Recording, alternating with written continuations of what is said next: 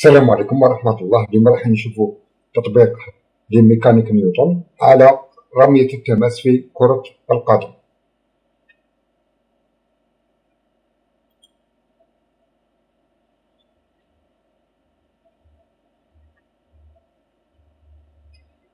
نقرأ نص الموضوع.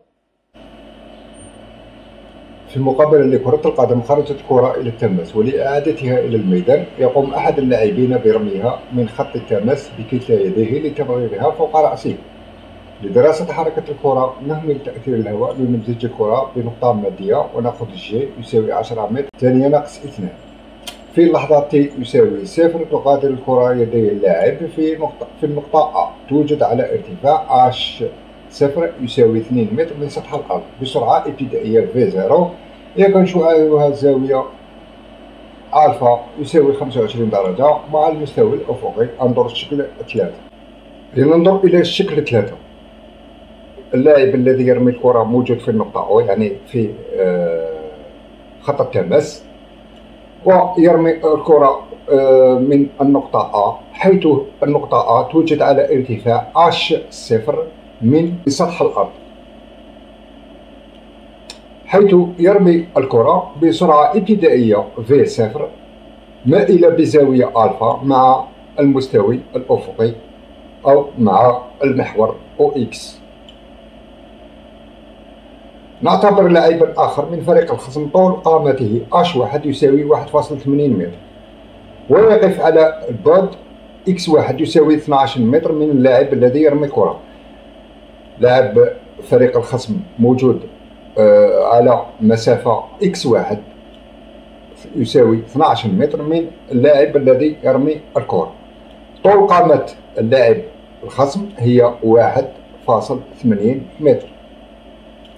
أولا بين أن معادلة المسار في المعلم OXZ هي Z يساوي ناقص J على 2V0 مربع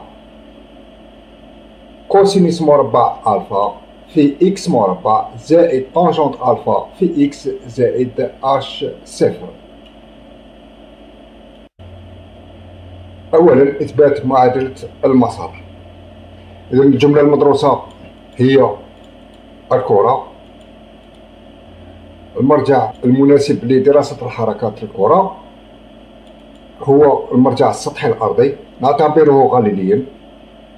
القوى الخارجية المؤثرة على الكرة أثناء حركة الكرة في المعلم OX أو Z، الكرة تخضع لثقلها فقط. بعد رمي الكرة نحصل على مسار الكرة على الشكل التالي.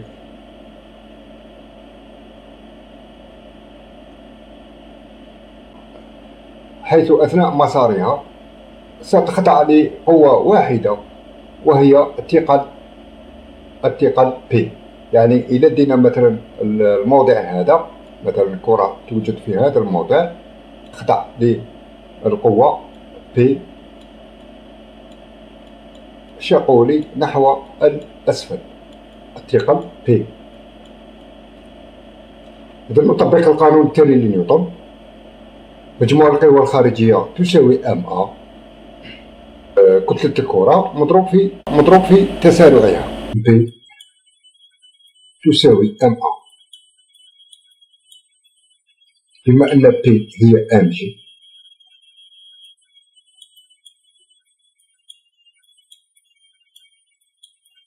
إذا mg تساوي MA.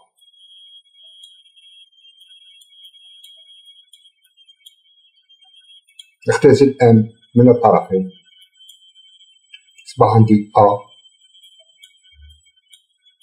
يساوي G.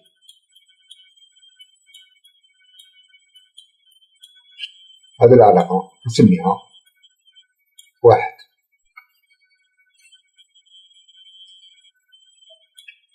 إسقاط العلاقة 1 على المحورين OX و OZ، بما أن الحركة تتم في المستوي OX OZ. الشعاع تسارع A له مركبتين، مركبة وفق المحور OX ومركبة وفق المحور OZ. المركبة وفق المحور OX هي AX، والمركبة وفق المحور OZ هي AZ.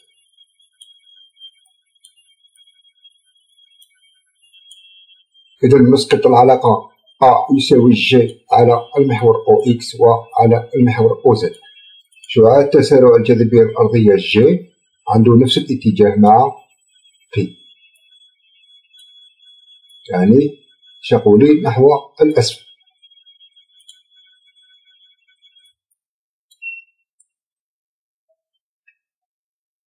إذا سقطنا G على المحور OX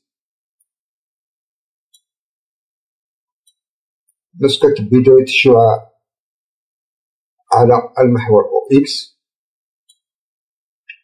ونهاية الشعاع على المحور OX. إذا بداية الشعاع تعطينا نقطة، نهاية الشعاع تعطينا نقطة، يعني على المحور OX إسقاط G على المحور OX تعطينا صفر. إذا AX يساوي صفر. على المحور Z إذا سقطنا G على المحور Z نسقط بداية الشعاع على المحور Z تعطينا النقطة هذه، ونهاية الشعاع على المحور Z تعطينا النقطة هذه، يعني نحصل على شعاع، يعني نحصل على نفس الشعاع له نفس الاتجاه مع الجي، بما أن المحور OZ متجه نحو الأعلى والشعاع اللي حصلنا عليه متجه نحو الأسفل. إذا إسقاط الجي على المحور OZ تعطينا ناقص الجي. إذا AZ يساوي ناقص جي.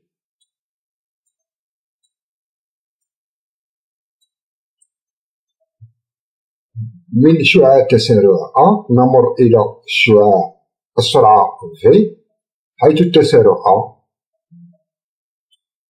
هو المشتقة للسرعة D بالنسبة للزمن dV على dt. كي نمر من A إلى V نستعمل التكامل. كذلك الشعاع V له مركبتين Vx وفق المحور X ووفق المحور Z. إذا Vx و Vz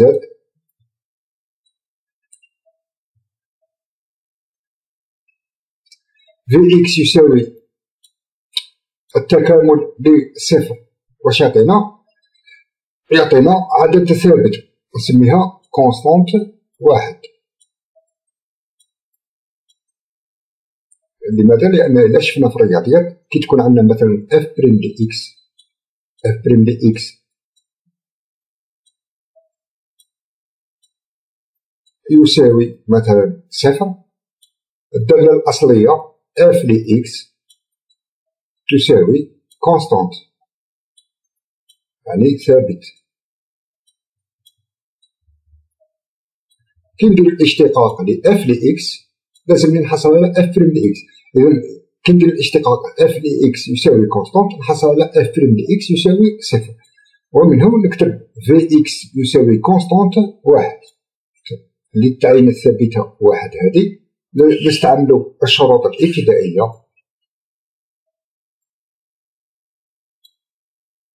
عند t يساوي صفر. راح نشوفو الشكل 3.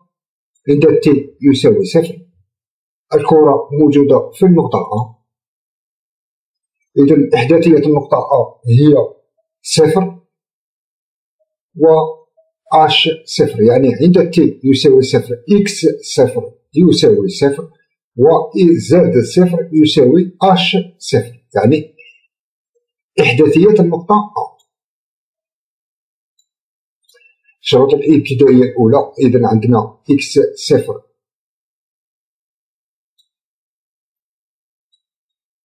يساوي صفر و z صفر يساوي h صفر. بالنسبة للسرعة دائما عند t يساوي صفر. راح نشوفو الشكل. إذا عند t يساوي صفر الكرة موجودة في النقطة A وترمى بسرعة ابتدائية v صفر. شعاع v صفر مائل بزاوية ألفا ومنه عندنا مركبة وفق المحور إكس ومركبة وفق المحور زد. إذا عندنا شعاع في صفر أو الشعاع بزاوية ألفا،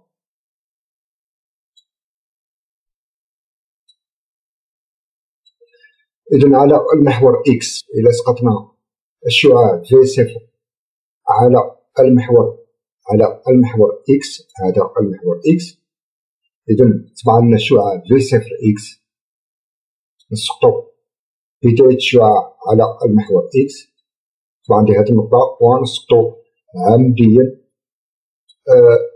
نهاية الشعاع في صفر على المحور إكس، ونحصل على الشعاع في زيرو إكس، نحصلو على هذا الشعاع في زيرو إكس. إذا استعملنا هذا المثلث القائم، إذا عندنا كوسينوس ألفا، كوسينوس ألفا يساوي المجاور يعني في صفر إكس على في صفر على الوتر في صفر، ومنه في صفر إكس يساوي في صفر في كوسينوس ألفا. إذا عند تي يساوي صفر، السرعة الابتدائية وفق المحور إكس هي في صفر إكس تساوي في صفر كوسينوس ألفا. إذا سقطنا في صفر على المحور زد، هذا المحور زد، إذا سقطنا في صفر على المحور زد،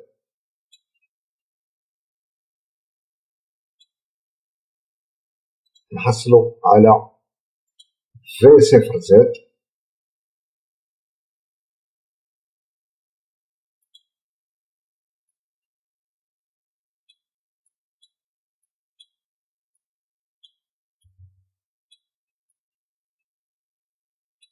يعني إسقاط عمودي في صفر على المحور زد، نحصلو على في صفر زد. إذا إذا استعملنا نفس المثلث القائم اللي شفناه ساعة، إذا عندنا في صفر زد موجودة كذلك، هذه كذلك فاني في صفر زد، إذا هذا في صفر زد وهذا في صفر زد. إذا استعملنا سينوس ألفا، إذا تسمى عندي سينوس ألفا يساوي المقابل يعني في صفر زد على الوتر في صفر. إذا سينوس ألفا يساوي في صفر زد على في صفر، ومنه في صفر زد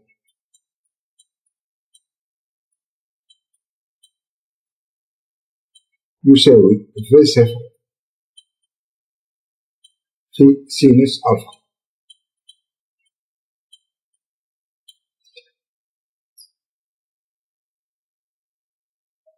إذا عندنا في صفر زد يساوي في صفر سينوس ألفا.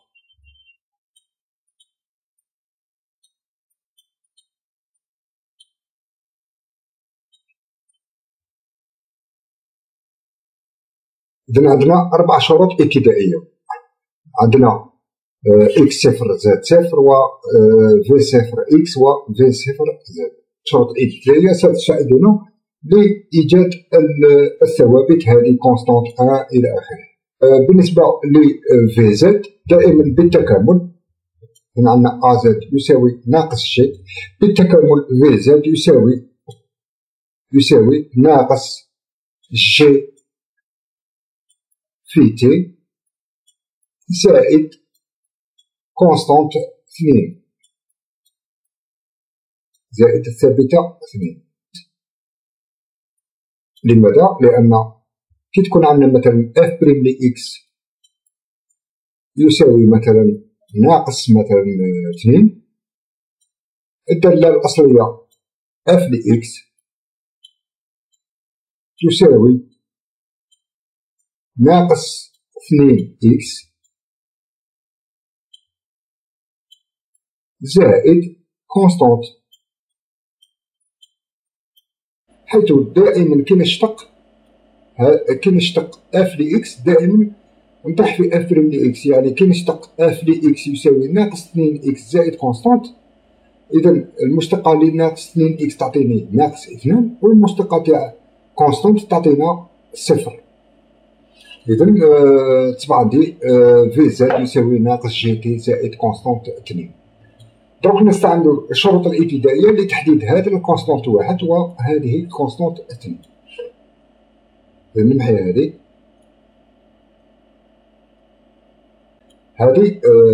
هنا عندنا في إكس. إذا في إكس عند تي يساوي صفر، إذا عندي في زيرو إكس يساوي في زيرو كوسينوس ألفا، يعني الثابتة واحد لا كونستانت واحد تساوي في صفر كوسينوس ألفا.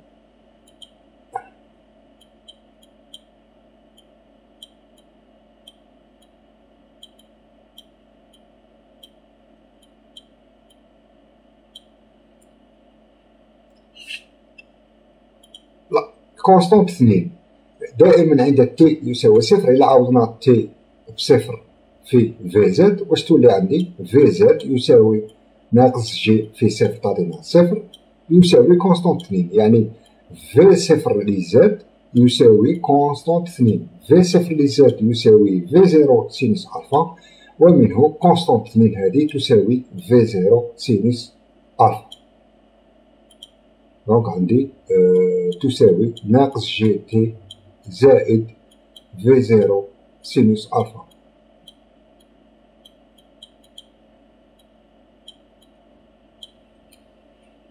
من أ إلى في نمر بالتكامل، ومن في كذلك إلى شعاع الموضع. مثلا إذا دينا هذا الموضع جي هو مركز عضلة الكرة، دونك هذه نسميه جي. إذا أو جي هو الشعاع، هذا نسميه شعاع الموضع أو جي. إذا أو جي يساوي، بما أن هذا أو جي هو شعاع الموضع للكرة يعني خلال حركتها، إذا جي هذه عندها فاصلة إكس وعندها ترتيبة زد.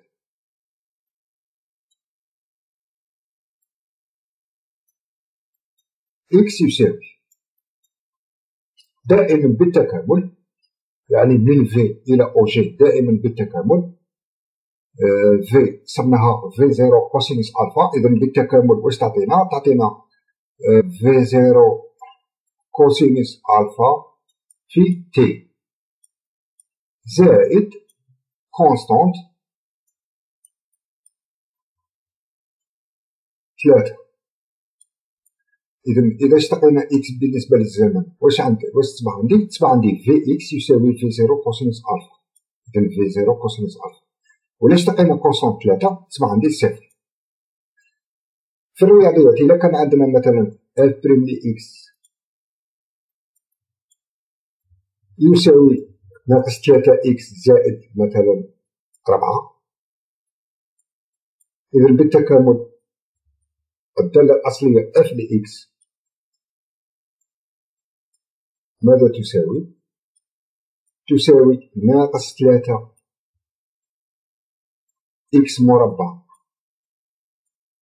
على 2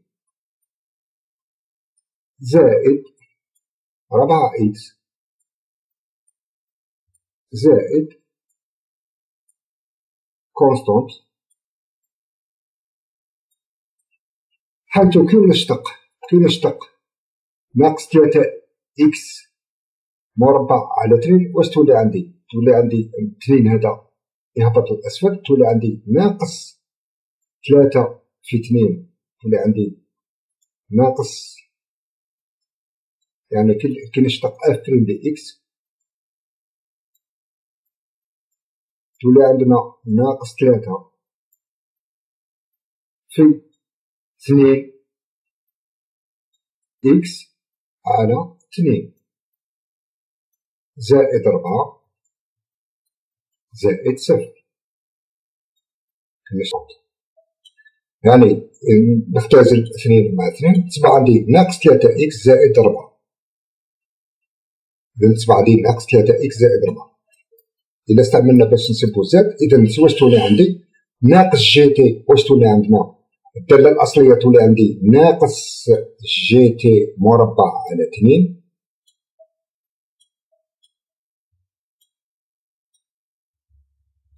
زائد في زيرو سينوس ألفا. تصبح عندي زائد في زيرو سينوس ألفا في تي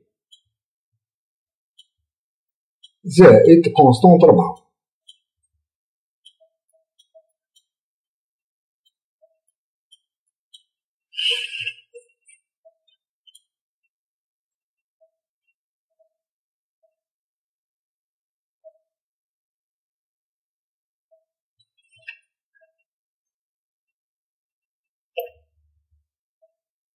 نحدد كونستونت 3 اللي موجودة في إكس وكونستونت 4 الموجودة في زد. نستعملو الشروط الابتدائية، يعني إكس زيرو و زد زيرو. إذا تي يساوي صفر تصبح عندي إكس صفر يساوي كونستونت 3، وعند تي يساوي صفر كنشاهد الشروط الابتدائية. عند تي يساوي صفر إكس صفر يساوي صفر، يعني الكونستونت 3 هذه تساوي صفر. إذا هذه الكونستونت 3 تساوي صفر.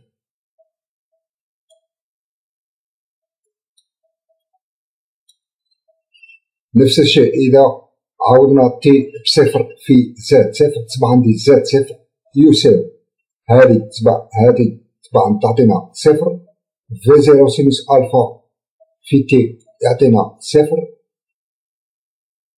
إذا زاد صفر يساوي كونستونت 4، وكي نروح للشروط الابتدائية زاد صفر يساوي اش صفر، معناه أن كونستونت 4 تساوي اش صفر. هذه تساوي اش صفر. تصبح عندنا طلع الموضع أوجي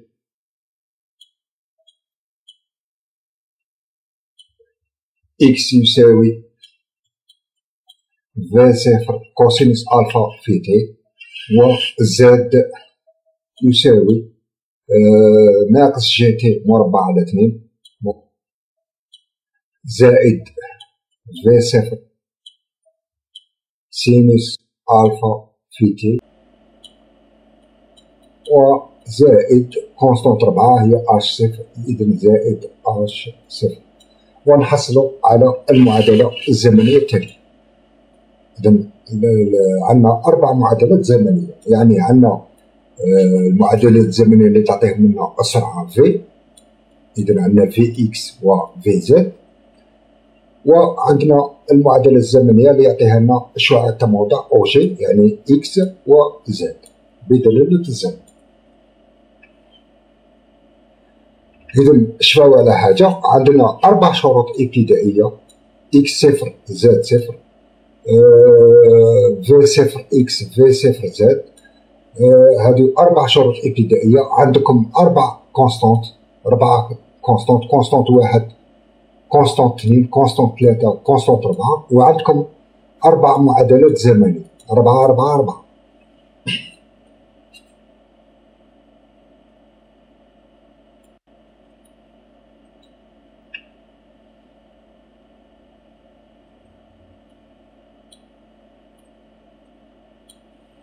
للحصول على معادلة المسار نستخرج تي من العلاقة، من علاقة إكس، يعني من هذه العلاقة نستخرج تي. إذا تصبح عندي تي يساوي إكس على في صفر كوسينوس ألفا، ونعوض هذا تي في زد، ونحصل على معادلة المسار. دائما نديرو كيما هكا. إذا تصبح عندنا زد يساوي ناقص جي تي مربع، تي مربع يصبح عندي إكس مربع على في صفر مربع كوسينوس مربع ألفا على 2، إذن 2 نديروها هنايا، زائد في صفر سينوس ألفا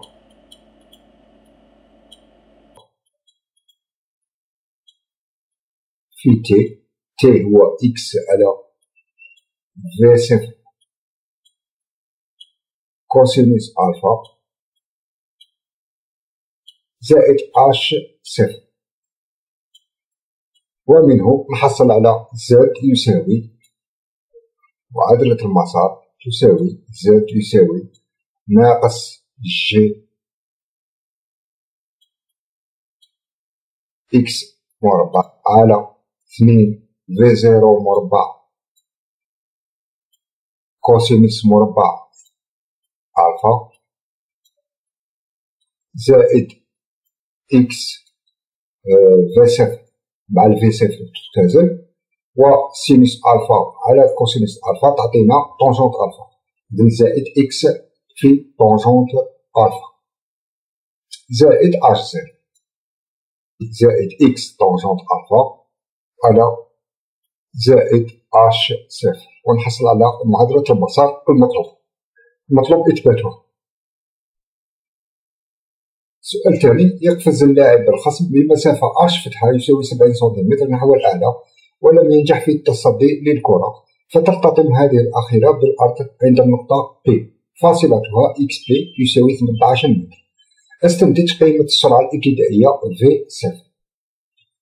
يعني اللاعب الخصم هذا اللي طول قامته اش واحد يساوي 1.80 متر يقفز نحو الأعلى بمسافة اش فتحة يساوي 70 سنتيمتر ولم يستطع التصدي للكرة، يعني الكرة راح تفوت فوق رأسه، إذن وتسقط الكرة في النقطة P. هذه النقطة نسميها نقطة P، يعني نقطة ارتطام الكرة بسطح الأرض.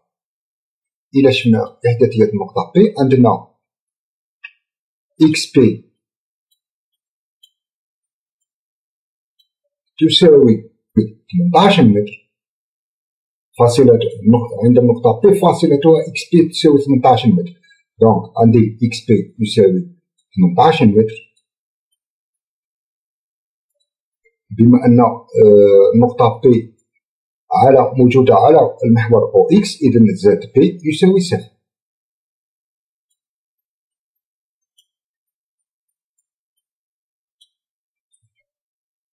إذن ثانيا حساب السرعة الابتدائية في صفر. إذن النقطة P قلنا بلي الإحداثية تاعها هي XP يساوي 18 و ZP يساوي صفر. دونك إلا عوضنا في معادلة المسار واش تصبح عندنا ZP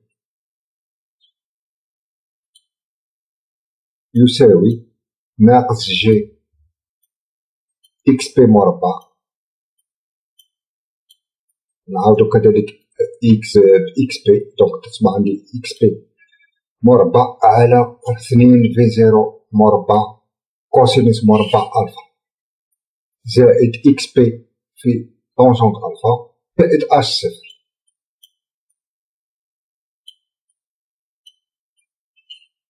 إذن بما أن زد بي يساوي صفر، إذن صفر يساوي ناقص جي إكس بي مربع على 2 في زيرو مربع كوسينوس مربع ألفا زائد إكس بي طونجونت ألفا زائد اش صفر، ونحصل على هذه المعادلة. إذا دينا هذا الطرف في الجزء الأول من المعادلة تصبح عندي زائد جي إكس بي مربع على 2 في زيرو 2 في صفر مربع كوسينوس مربع ألفا يساوي إكس بي في طونجونت ألفا زائد اش صفر. نستخرج في صفر مربع من هذه العلاقة. إذا يصبح عندي في صفر مربع يساوي جي إكس بي مربع على 2 في كوسينوس مربع ألفا في إكس بي طونجونت ألفا زائد أس صفر. إذا يصبح عندي 2 في كوسينوس مربع ألفا في إكس بي طونجونت ألفا زائد اش صفر. ومنه في صفر يساوي جذر كامل العلاقة هذه. تطبيقات هذه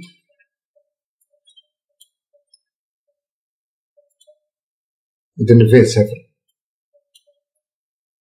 يساوي جذر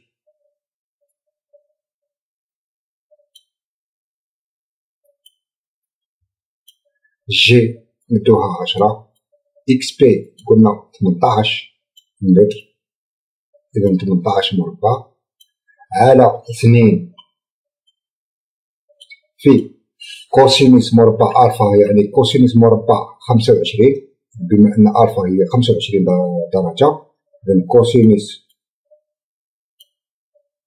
مربع في كوسينوس مربع 25 في نفتح القوس إكس بي 18 في طونجونت 25 زائد اش صفر. اش صفر 2 متر دورنا في الموضوع. وصلنا النتيجة في صفر يساوي 13.77 متر على الثانية. وهذه هي قيمة السرعة الابتدائية في صفر التي ترمى بها الكرة من النقطة A.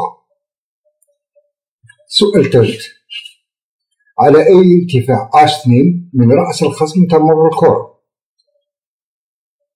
اللاعب الخصم موجود على مسافة x1 من النقطة O، حيث x1 عطاوه هنا في الموضوع 12 متر. الكرة تمر فوق رأس لاعب الخصم هذا. إحداثية النقطة مثلا نسميها نقطة B موجودة فوق رأس اللاعب الخصم. إذا إحداثية النقطة B هي على المحور X هي x1 وعلى المحور Z هي Z1، حيث x1 يساوي 12 متر وZ1 هو المجهول. إذا نحسب ارتفاع Z1 يعني هذه المسافة. إذا لتحديد ارتفاع Z1 هذا نعاودو x1 في معادلة المسار ونصيبو Z1. إحداثية النقطة B الموجودة فوق رأس لاعب الخصم هي x1 يساوي 12 متر وZ1 مجهول. معادلة المسار اللي شفناها سابقا Z يساوي ناقص جي إكس مربع على 2 في 0 مربع كوسينوس مربع ألفا زائد إكس طونجونت ألفا زائد أش صفر. إذا نعاودو x1 يساوي 12 متر في معادلة المسار. تصبح عندنا Z1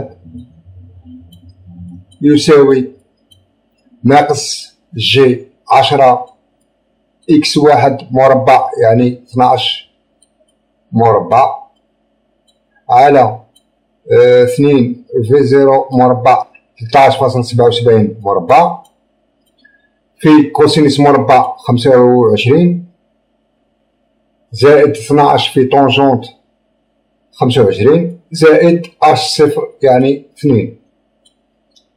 والنتيجة Z1 يساوي والنتيجة زد واحد يساوي 3 متر. السؤال راهم طالبين على أي ارتفاع أ2 من رأس الخصم تمر الكرة.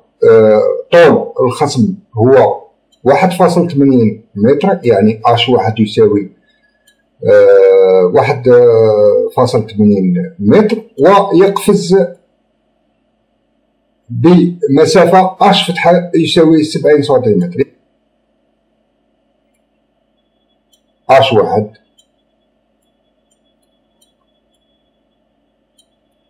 ويقفز بمسافة، هذه نسميها المسافة H فتحة، ولم يستطع التصدي للكرة.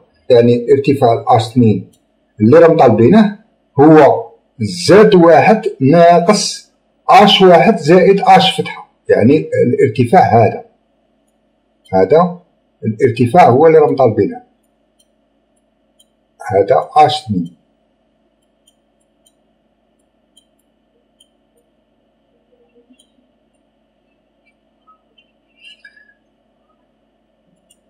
إذا زد واحد يساوي H2 زائد H فتحة زائد H1، ومنه H2 يساوي زد واحد ناقص H1 ناقص H فتحة. زد واحد ناقص طول قامة اللاعب، يعني H1 زائد الارتفاع الذي يقفز به اللاعب الخصم، يعني زائد H فتحة. تطبيق عددي، إذا زد واحد 3 متر ناقص H1 1.80 متر زائد H فتحة 70 سنتيمتر، يعني يقفز ب70 سنتيمتر. إذا نحولوها للمتر تصبح 0.7.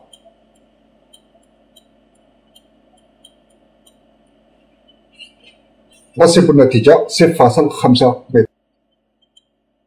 بتطبيق مبدأ انخفاض الطاقة، أوجد قيمة السرعة VP التي تصل بها الكرة إلى النقطة B، يعني سرعة ارتطام الكرة بسطح الأرض في النقطة P. إذا إذا مثلنا الحصيلة التقوية للجملة كرة، حيث الكرة ترمى بسرعة ابتدائية V0 من النقطة A، إذا عندنا الطاقة الحركية ECA، والكرة تسقط في النقطة P، عندنا ECP، الطاقة الحركية في النقطة P. الطاقة الحركية هذه راح تزداد أثناء السقوط. الطاقة المستقبلة هي عامل الثقل WP.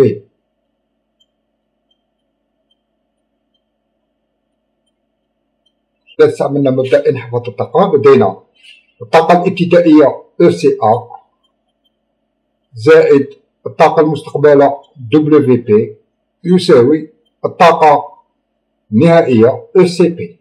ECA هي الطاقة الحركية تعطى بالعلاقة التالية: 1/2 MVA مربع. WP عامل الثقل من النقطة A إلى النقطة P هو الثقل P في، إذا شفنا الشكل 3، الثقل P من الموضع A إلى الموضع P رايح ينتقل بالمسافة ZA ناقص ZP، يعني رايح ينتقل بمسافة H0، P في H0 يساوي ECP 1/2 MVP مربع.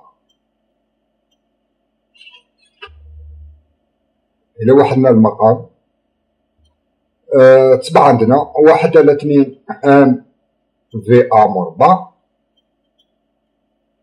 زائد 2P، إذا 2 MG في H0 على 2 يساوي 1/2 ام في بي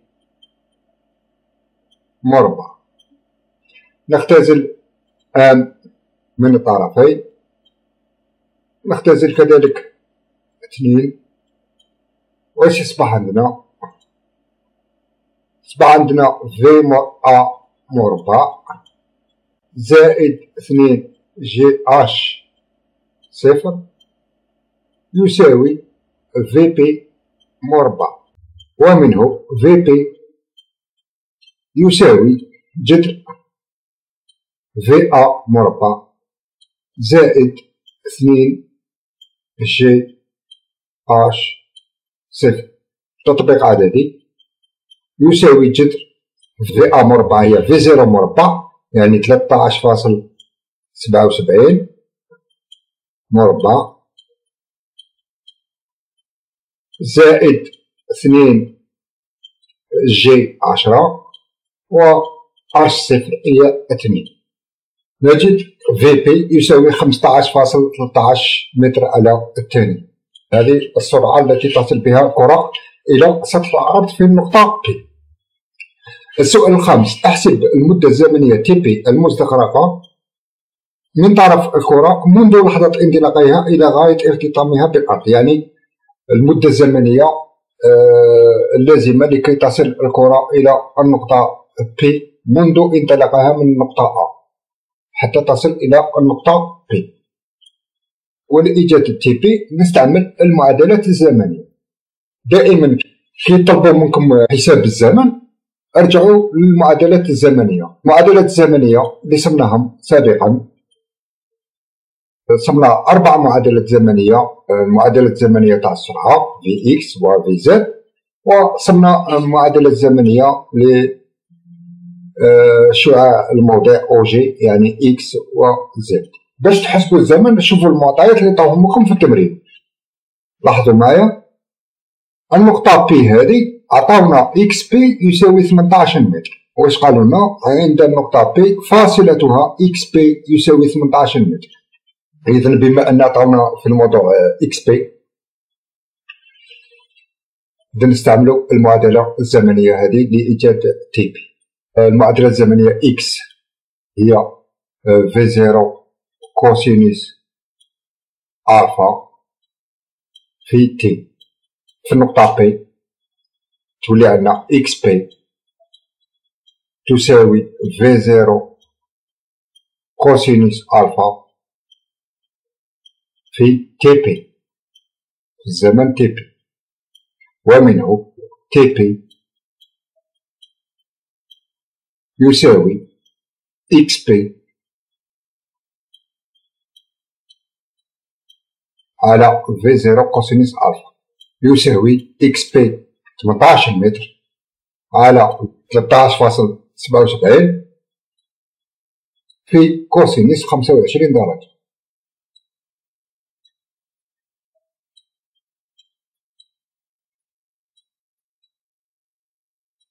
تي بي